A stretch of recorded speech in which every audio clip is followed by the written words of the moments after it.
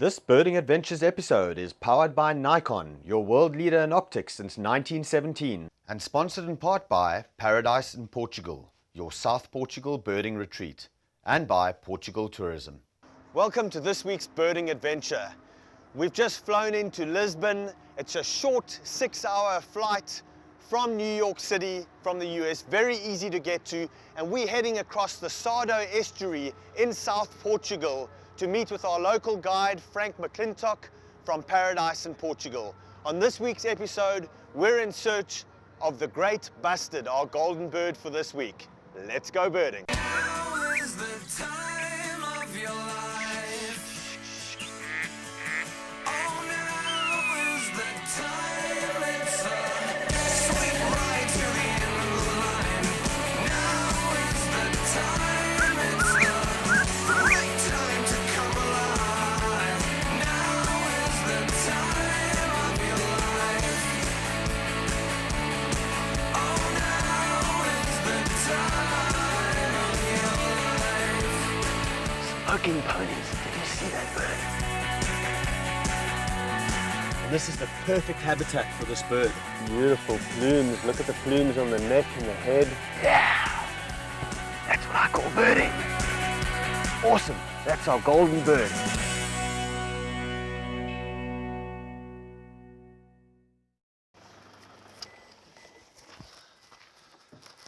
Frank, I presume. Hi, Hi, great to meet you. welcome to Paradise. Thank you, it is paradise. Look at this place, absolutely beautiful.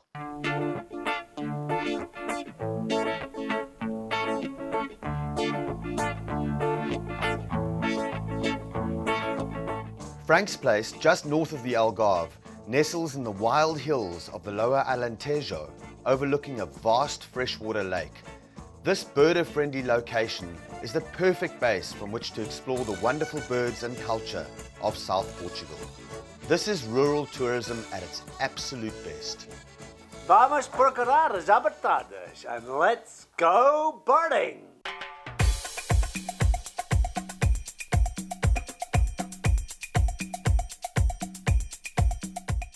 This morning, Frank's taken us out to a site about 100 kilometers north of Paradise in Portugal, a place called Lagoa Sant'André. The excellent thing about this location are the different grades of habitat, from water for shorebirds to the reeds for the warblers, and then to this dry marsh habitat over here, where we're seeing yellow wagtails, crested lark, and stone chats. And then we've got this tamarisk woodland, or this tamarisk brush behind me, which is really good for corn buntings to sit on and sing their songs in the mornings and in the late afternoons. This behind me is the habitat of the Savvy's warbler, a warbler which is very localized across Portugal and Europe and is only found in these small isolated patches. Now the Savvy's warbler forms part of a group of birds that are notoriously called the LBJs, or the little brown jobs. Technically very, very difficult to ID, and one of the best ways to get onto one of these birds is by their call.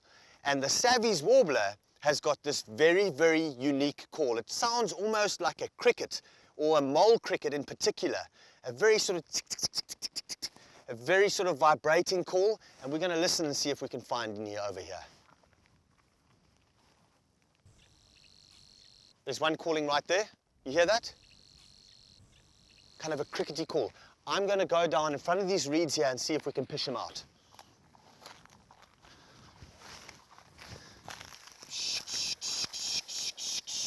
Here comes one in front of me over here.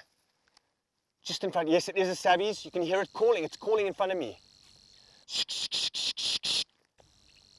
Probably only 10 feet away from me here in this dry reed. Definitely one. We've got European reed warblers coming in here as well. We've got a great reed warbler here as well. The big brownish bird. Look at them all coming in, trying to investigate. They look like little trapeze artists, hanging, twisting on the reeds. So here we've got the Savvy's warbler and also a European reed warbler right here in these reed beds. They're quite similar looking. They're both very pale. The Savvy's has got more richer buff sort of flanks on it, and obviously that call is totally diagnostic. But right here, both species of reed warblers. We've also had zitting cisticulars land in, and it's amazing what pishing can do for warblers. Obviously, the one thing with pishing at this time of the year in May, you don't want to overdo it because this is when the birds are breeding, and you just want to lure them out, get a quick look at them, and then move off. Excellent, Savvy's reed warbler.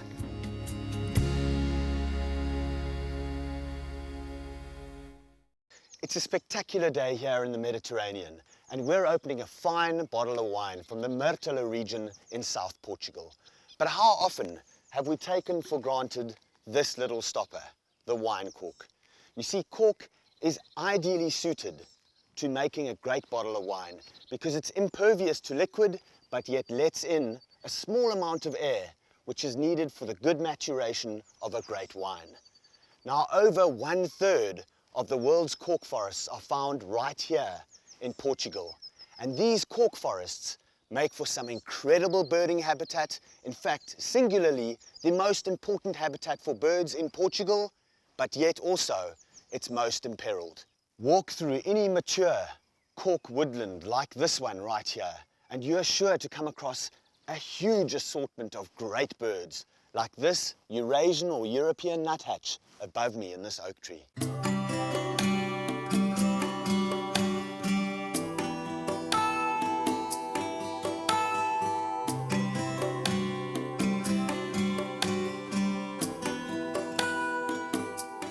Springtime in the Montardush, or cork woodland, is the busiest time of the year for many birds. As well as nuthatches feeding their young, we also pause to watch a magnificent redstart couple raising their hungry brood. Those birds that hadn't actively started nesting were calling vociferously from this woodland. There were chaffinch, goldfinch, and winter wrens all calling actively, singing to attract partners. From the Montardush woodland, we drove the nearby countryside to try and spot as many signature South Portugal species as possible. Black-eared wheat here, Yeah, and look, just on the... plat. Tawny pipits can also be found alongside the black-eared wheatears, sitting on the fence posts prominently. Driving the South Portugal countryside makes for really easy birding. The roads are extremely quiet, and the birds are always in abundance. Two of the prettiest European birds that are easily found at this time of the year in South Portugal are the European bee-eaters and the splendid European rollers.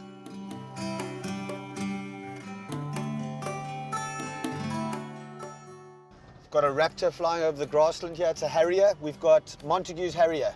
There's a nice diversity of raptors in this area.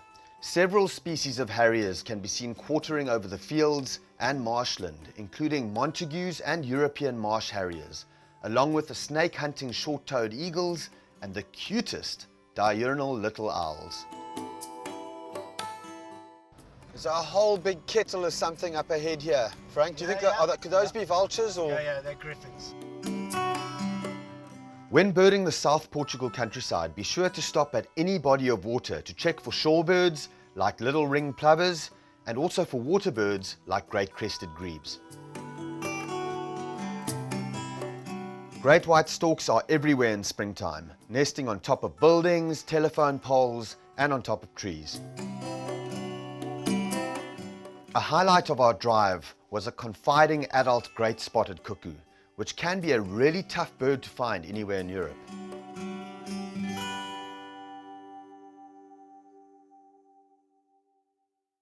Not far from Paradise in Portugal is a great birding spot called Pulo de Lobo.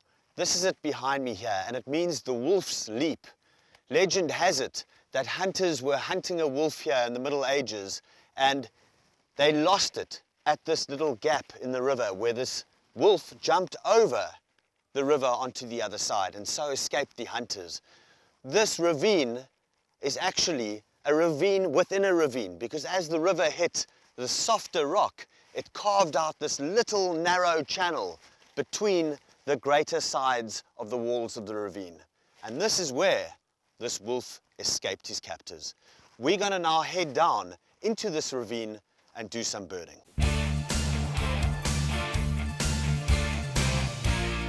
This Birding from the Edge segment is brought to you by Nikon, manufacturers of the Edge line of optics. I'm sitting here at Pulo del Lobo, the exact spot where legend has it that a wolf jumped over this raging river to escape some hunters. Now, if I were a hunter hunting a wolf, I can tell you something. There is no ways that I would follow that wolf to the other side. But this is a wonderful birding spot with blue rock thrush, rock buntings and crag martins in abundance. This is Birding from the Edge. Seeing the blue rock thrush at Pulo del Lobo was really special. I've seen some wonderful rock thrushes in Africa and Madagascar, but this has to be the most beautiful of them all. Well, wasn't that marvelous? We've had cracker views of blue rock thrush here at this beautiful, beautiful location. Tell us why this is so special, Frank. Well, this stuck in the middle of the plains, you've got a completely different habitat. You've got blue rock thrush like we saw, you've got rock bunting, we've got crag martin here, we've got barn swallow, red rump swallow, and this is the original location. Before man came along, this is the original type of location where swallows would have made their nests. And I feel very special about this place because this is the exact spot where I first got into birding. Somebody gave me a pair of bins and said, look at that little brown job. And I said, no, it's not brown, I've got a yellow one. And he said, no, that's the little brown job. And I said, no! it was a serin, you know, beautiful. A really nice little bird, but to the eye, it's brown. Bins, bright yellow, and that's the beauty of birding. Well, what a wonderful location. We're off tomorrow to look for our golden bird, the great bustard. Well, there's nothing like a birding and viticulture expedition. Here at Paradise in Portugal, we take our birding very, very seriously. Tell me about the wine. Well, the wine, it has to have 3 prerequisites to get onto our wine list. A, it has to be Portuguese. Right. B, it has to have a cork in it, and the first 2 normally go together. But the third one is a bit different because every single bottle has to have a picture of a bird on it. So as you can see, we've got quite a few birds. That's great. And it's actually quite a good way of choosing your wine list because there's so many good Portuguese wines, it's difficult to choose between them. So you choose ones that have a bird on it, and you've got the good, the bad, and the plain revolting. Well, tell me what's the good here and what's the plain revolting. And let's start with the plain revolting. I can't do the plain revolting, I'll get sued. All right. What's a good one? Good ones. Guardarillos is very nice. Okay, with a kingfisher on it, right? Yeah, Quinta de la Rosa is very nice. Graus is very nice. Grush is very nice. Quinta de Falcão is very good, and also Herdade de Comporta is very good. Herdade de Comporta is very close to where we went this morning. Yeah, at the Lagoa Santander. That's all grown around there. Guardarillos is Ribetechano. Yeah, it comes from near where we crossed over the Sado. Okay, great. Yeah. Quinta de la Rosa comes from the Douro, and the Graus, which is what we're drinking right here. which is what we're drinking right now, comes from Great Bustard country. All right, for tomorrow, looking for great bustards. Here's to a great day tomorrow with a great glass of Graus. Cheers. Well, we had to get up at some ungodly hour this morning. We're in the little village of Castro Verde, right on the edge of the Great Plains here, looking for these great bustards. This is one of the best places to get coffee here, and Frank's taken us to sample some of the local coffee. I am so amped to go and see the world's heaviest flying animal, the great bustard.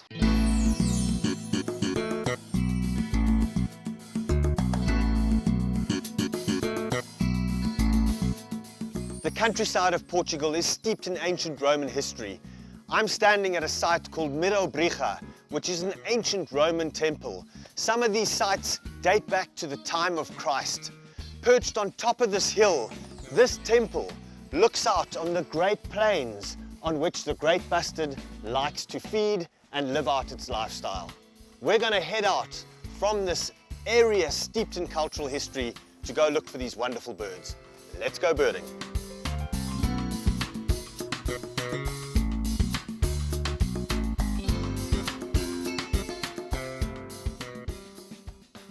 James, we've come up to the top of this volcanic outcrop here. This is the Senhora d'Arcelli. You get a good view of the plains from up here, and you can see it's a very sparsely occupied area.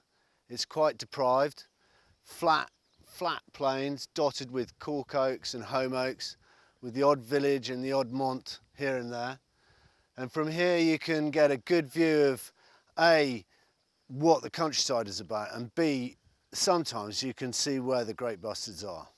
The great bustards, they tend to like being on the low ridge, and although this looks very flat, it's actually gently undulating, and the great bustards tend to be on the top of a ridge where they can see danger from everywhere, from all sides, and if you come up to them, they'll walk very stately over the side. I think that's one over there.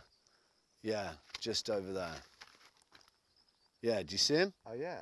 Yeah. They're very, very difficult to approach. You know, you can't be in Europe, which is fairly populated, and have 16 kilos of meat on you, you know, and not be persecuted. So nowadays the LPN and Speyer are doing a huge amount of work to protect these, and actually this is one of the few countries where great bustards are actually increasing in numbers, and it's due to their work, their hard work. Oh look, the common swift there. Oh, beautiful. So Wow. Frank, let's go down there and see if we can get a closer look at those birds. Okay, we'll have to be very careful because this is near the breeding time, and we don't want to approach them too close, but we'll see what we can do. Sounds great. Okay, let's go. Frank, just slow down. I think we've got a couple of birds here on the right. Yeah. Look out, is that them? Yep, that's them. Oh, they just took off. Oh man, wow, they are really flighty, huh? Okay, we're going to freewheel from here, James, okay? Because this is the type of habitat they really like. Wide open spaces where they can see danger from any quarter. They like these flowers, different habitat. I mean, loads of stuff for them to eat. Look, there's a group of them over there. Fantastic. That's really good. That's about 400 meters. That's really about as close as you can get before they'll spook. You don't want to get much closer than that because they're a very threatened species, and we try not to push them. So we've had a couple of great bustards fly off. They're very, very flighty. They should not be disturbed. But we've got a single bird feeding on the other side of the plateau. There's a little ridge over here, and there's a nice line of trees, which we are going to try and use as cover to get good footage of these birds. It's going to be very, very tricky. We're going to have to probably leopard crawl, I think, through this grass here up until that tree to get some good views. But let's give it a go. Excellent. Some real ground. So we're keeping well beneath the ridge here, climbing up to it to see if we can peer over and get a look at this great bustard. Now they've got incredibly good eyesight, incredibly good, probably at least 3 to 4 times better than our own eyesight. And this guy is just minding his own business over the ridge line here. And this is going to be really tough. I think we're going to have to leopard crawl about 100 meters here until we get to a position on that ridge where we can hopefully get a wonderful look at this spectacular bird.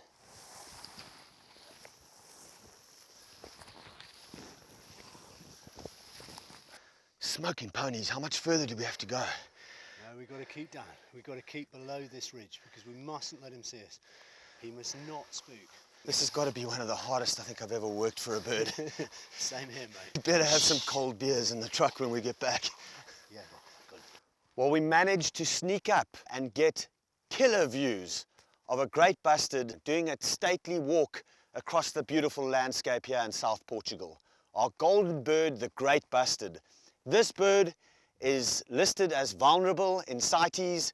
There are only about 30,000 great bustards left on planet Earth, and most of them are found in this area of the Mediterranean. Portugal, Spain, there's a few populations in Mongolia and further east, but this really is one of the best places in the world to view this majestic bird. It's early May and these birds are nesting right now. If you come to South Portugal in the last week of March, first 2 weeks of April, you're going to witness these males doing their foam bath display. And right now, here in early May, this vulnerable, incredibly threatened bird is on eggs right now, possibly some of them on chicks. What a fascinating animal, and something that we really need to protect for future generations. Birding in Portugal is not just all about birding though. You've got amazing beaches, undiscovered beaches. You've got rocky cliffs, you've got fantastic golf courses, you've got good wine, you've got history. I mean, the area that we've been birding over today on the Planície is actually the site of a very famous battle, the Milagre de Ourique, where basically Portugal was made. On the 25th of July 1139, the Portuguese king, or proto-king, Dom Afonso Henriques, beat the Moors for the last time and basically founded Portugal then on the 25th of July 1139. And we've been birding over that battlefield, seeing the Bustards. And there, today's Milagre de Ourique, the miracle of Ourique. To have these great Bustards here and to be able to see them in such good light and in such good numbers, thanks to the LPN and Speyer, fantastic. The miracle of Ourique, the great Bustards.